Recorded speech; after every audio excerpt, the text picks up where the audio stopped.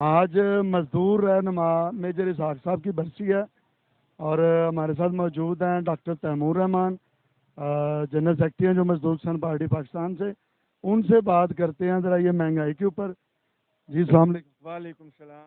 اچھا ڈاکٹر صاحب یہ بتائیں کہ پاکستان جو ہے وہ گندم پیدا کرنے والا دنیا کا 8واں بڑا ملک ہے، اور جو پاکستان کی عوام ہے وہ آٹے کے لیے جو ہے وہ دربدر ہو رہی ہے. اس میں آپ کیا سمجھتے ہیں، یہ سرمایہ داری نظام کی وجہ سے ہے یا یہ حکومت کی مینجمنٹ ہے، یہ اس وجہ سے ہے؟ بالکل، نمبر ایک تو یہ کہ یہ سرمایہ داری نظام کی وجہ سے ہے. دوسرا کہ یہ کہ جو حکومت ہے وہ بھی سرمایہ داروں کی حکومت ہے. ان کی جو مس مینجمنٹ ہے وہ بھی یہ سرمایہ داری نظام کی اپنی مس مینجمنٹ کا حصہ ہے. یہ دو علیحدہ چیزیں نہیں ہیں، دونوں ایک ہی چیزیں ہیں. تو دیکھیں نا، سب سے پہلی بات تو یہ کہ نہ تو اس مارکیٹ اکانومی میں غریبوں کے لیے کوئی خاص اسپیس بنتی ہے کہ وہ غربت بے روزگاری سے بچ سکیں، اور نہ ہی حکومت ان کو کوئی ریلیف دیتی ہے کہ جو سرمایہ داری نظام اور منڈی کے نظام کے نتیجے میں یہاں پہ غربت پھیلتی ہے، اس سے کوئی حکومت ہی ریلیف دے دے تو ٹھیک ہے. مگر حکومت ریلیف دیتی ہے تو سرمایہ داروں کو دیتی ہے. اگر حکومت ریلیف دیتی ہے تو بڑے بڑے جاگیرداروں کو، سیٹھوں کو دیتی ہے.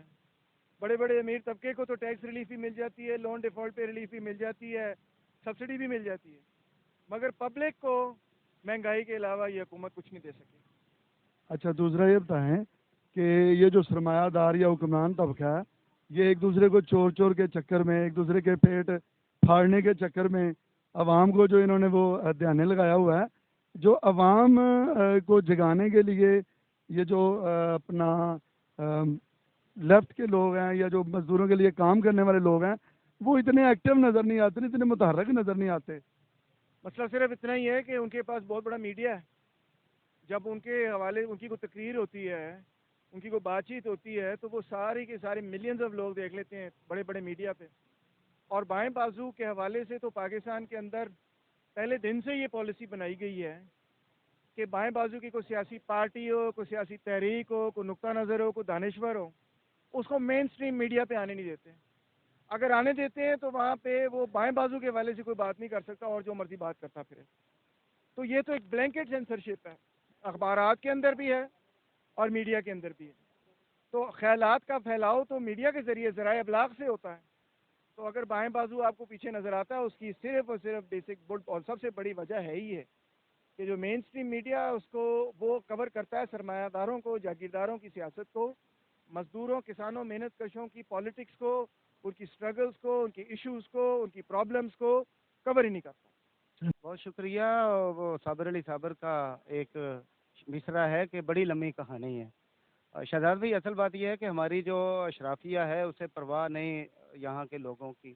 انہیں صرف اپنے منافع سے غرض ہے، جس وجہ سے وہ ایک تو ہمارا زرعی نظام انہوں نے برباد کر دیا. دوسری وجہ یہ ہے کہ جو اجناس ہوتی ہیں تو اسے وہ اسمگل کر دیتے ہیں اپنے منافع کے لیے، اور پھر اس کے ریٹ پہ، ڈبل ریٹ پہ ہماری گورنمنٹ کو واپس جو ہے وہ اجناس خریدنا پڑتی ہے. اب ہم 10 ارب ڈالر کی سالانہ زرعی اجناس جو ہے وہ غیر ممالک سے خرید رہے ہیں، جو ایک زرعی ملک ہوتے ہوئے بھی اتنی بڑی شرمناک بات ہے ہماری حکمران اشرافیہ کے لیے کہ نہ تو آپ نے انڈسٹری یہاں ڈیولپ کی ہے اور نہ آپ نہری نظام اور زرعی نظام کو بچا سکے ہیں جو آپ کو برطانوی سامراج دے کے گیا تھا.